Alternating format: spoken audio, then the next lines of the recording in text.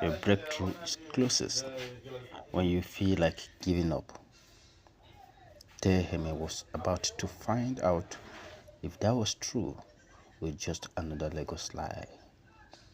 6 months had passed since that night Babasule placed his hand on Teheme's shoulder. 6 months of waking up at 4 a.m., 6 months of maybe tomorrow, 6 months of watching his mother's voice grow weaker on other Sunday phone calls. But something was about to change. It was a Thursday morning when Teheme remembered, because Thursdays were already the worst, too far from Sunday's hope, too close to Friday's desperation. He was at the junction in Lekki, that's Lekki bus stop, standing with about 20 other men, all hoping for the same thing, that one contractor would pull up and need laborers for the day. You, the tall one, Teheme look up. A man in a white kaftan was pointing at him from inside a black Lexus Jeep.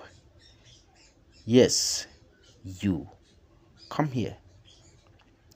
As Teheme approached, his heart was pounding. Was this trouble? Police?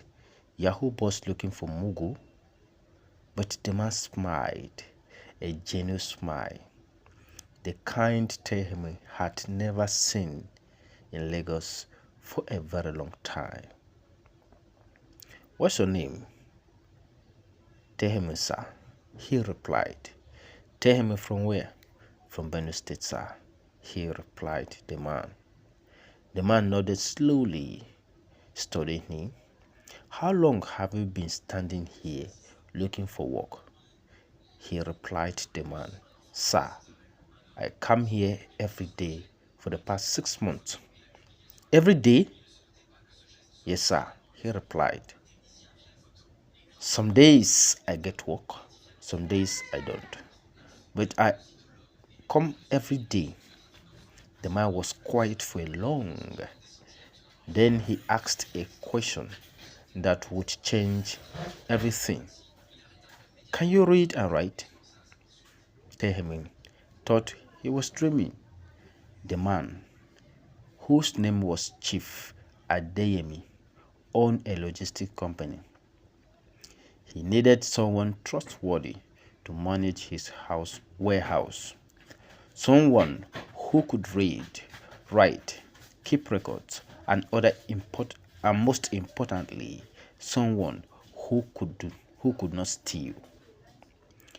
And the man further said, I have watched you. 3 times I have driven past this bus stop in the last 2 weeks.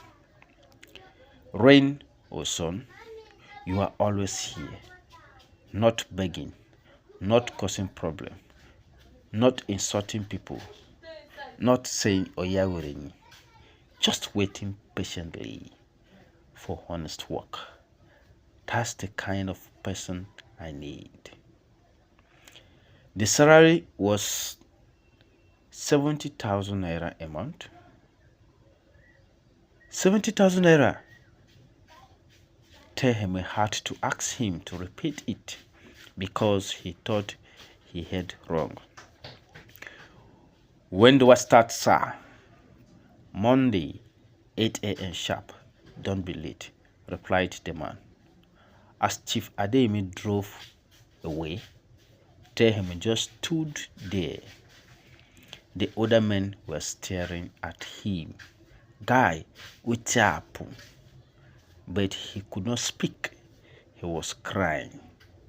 Not small tears, big, heavy tears that came from a place deeper than hunger, deeper than tiredness. They came from that place where hope had been dying slowly for 6 months consecutively. He fell to his knees right there at that bus stop and thanked God. On Sunday, Tehemi called his mother, Mama, with great news for the first time. Mama, I got a job. There was silence on the other end. When he heard it, his mother's voice breaking. Tehemi, my son. She couldn't even form full sentences.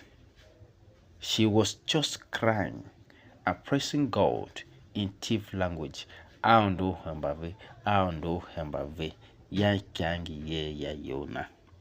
At Tehemen was crying with her, and the other people in the call center were staring at him, but they did not care as normal Lagos life.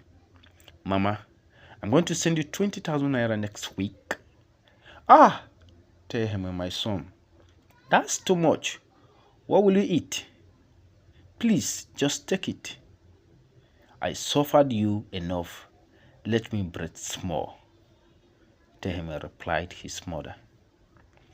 When he got that call, he sat outside that call center for 30 minutes just staring at the sky. For the first time since he came to Lagos, he felt like a man, not a beggar, not a burden, just a man.